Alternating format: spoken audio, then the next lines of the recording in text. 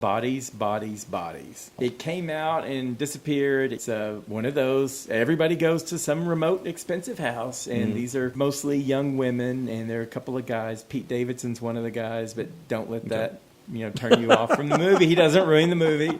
And then there's an older guy who's made fun of for being an older guy who's like macking on these younger women.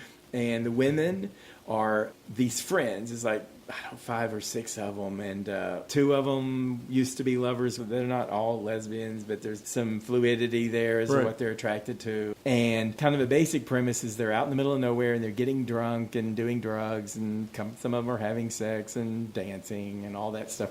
But anyway, they play this game called Bodies, Bodies, Bodies, and it's like Clue. They draw cards, and one of them has to be the victim, and then one has to be the killer, and then they have to figure out who the killer was. And I think they kill the lights, and then people actually end up dying. So that's not how the game usually works for them. But the selling point here is that these women are so catty, and the dialogue is great. And like in the middle of all the running around and fighting and everything, they're literally like arguing. It's like Mean Girls in a slasher film. Oh, I'd like that. Yeah. So it's got that just great dialogue, and that's what elevates it. I think at the end of the movie, or maybe even in the end credits, you see what happened to one of the characters, and it's just hilarious.